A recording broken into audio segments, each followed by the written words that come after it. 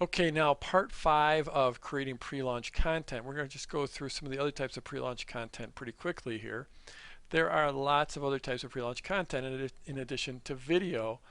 One of them is audio, and this is generally not recommended. Back in the old days, we used to do audio. The thing is if you have a great audio, and maybe you did an audio interview with someone, that would be great, or you got a few different audio interviews and you're going to put them together into one audio. That's you can use that, but what you want to do is you want to turn it into screen capture. Just take that audio and then build out some slides for it, build out a mind map for it, get some photos, get some pictures, whatever, and marry up that audio to the screen capture, and it will raise the perceived value in a huge way. So generally not a big fan of audio these days. Very rare for people to just come to a website and sit there and click a play button and listen to an audio. Just throw up a screen cap there and turn it into a video, and it will be a lot more impactful. You can do a PDF report. So this is where you put together a PDF. Just create a document, turn it into a PDF, which you can do pretty much with all kinds of software these days. It's built right into most word processing software, like Pages for the Mac or Word. Very easy to create PDFs. You can do it as a written report where you just write sort of like a white paper type of thing. You can do it as a process map, a mind map, a flow chart, an infographic. The great thing about PDFs is they have really high perceived value, and people will opt in if you tell them they can download a PDF. They will opt in for it. Really, really really works very, very well. And another thing that works great is mixing a PDF with a video. And I do that like with my product launch blueprint. I'll have a video, like a lengthy video, but the video is basically me going through the actual PDF. The other thing is it doesn't have to be super long. I've knocked out a great PDF report in a matter of a few hours.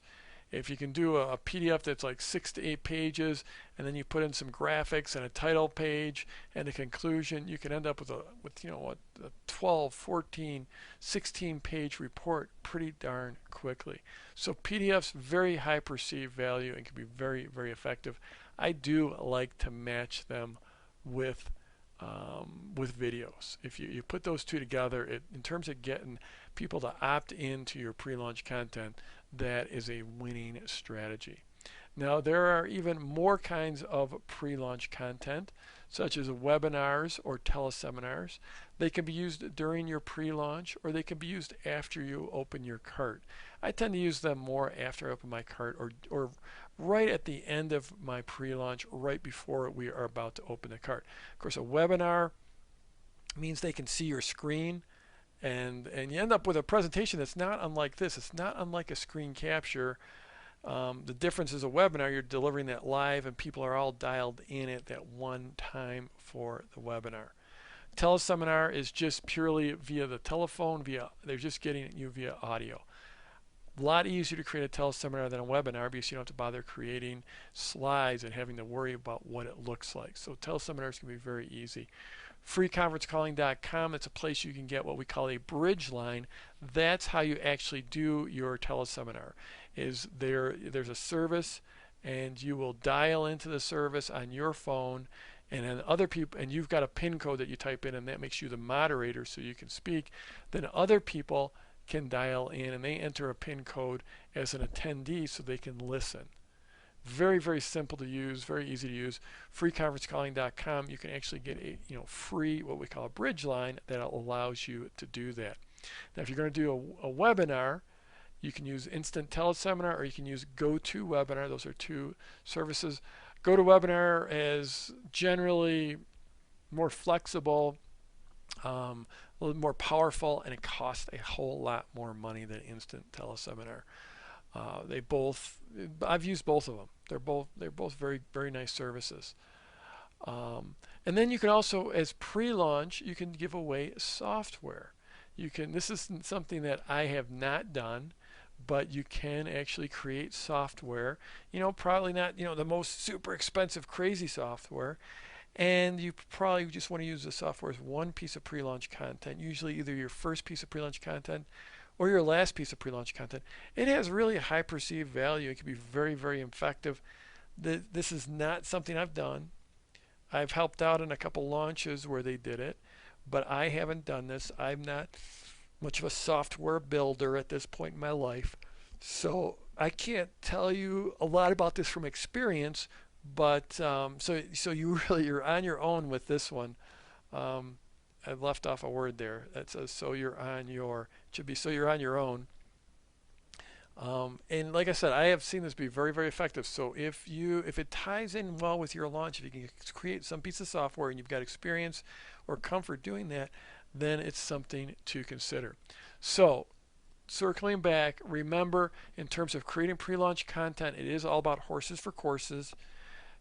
What you use depends on your situation, on what you can create, and what your assets are.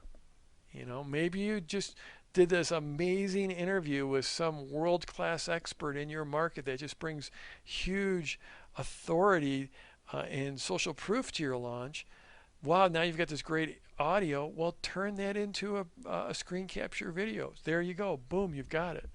On the other hand, maybe you're really great on camera, or you're just really well spoken on camera. You've got, someone that can shoot video for you. Maybe you're super attractive, whatever. Then use a video. Maybe you're just an incredible writer and you can create incredible reports. Well, use a PDF.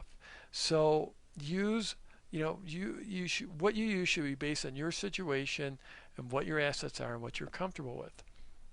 Video is really great for lots of situations, and it's good for you to get comfortable with video. Even if you're not comfortable right now, it's a great thing to start working on, because like I said earlier in that first video, in the first video that about creating pre-launch, in the first of this series, people can connect with you, and it's a lot easier to appear human and appear approachable and personable and like you've got a personality than it is for most people to do in writing. It's usually easier to do that on video. People can see you, they can sense your passion, your sincerity, and so it's great for lots of situations. So even if you're not comfortable with video now, if you just start shooting it now, you'll be comfortable sooner rather than later. It doesn't take that long to get comfortable in front of the camera. And remember, finally, it is about progress. It's not about perfection. You will get better at this. Just go ahead and just knock it out. Get some pre-launch done. If it's not perfect, then you can always do it over again. But it's really about progress and getting better over time. I've improved. I've seen so many of my PLF owners improve over time. It's amazing how you just get better and better by just taking those baby steps and moving forward and increasing your skills a little bit at a time.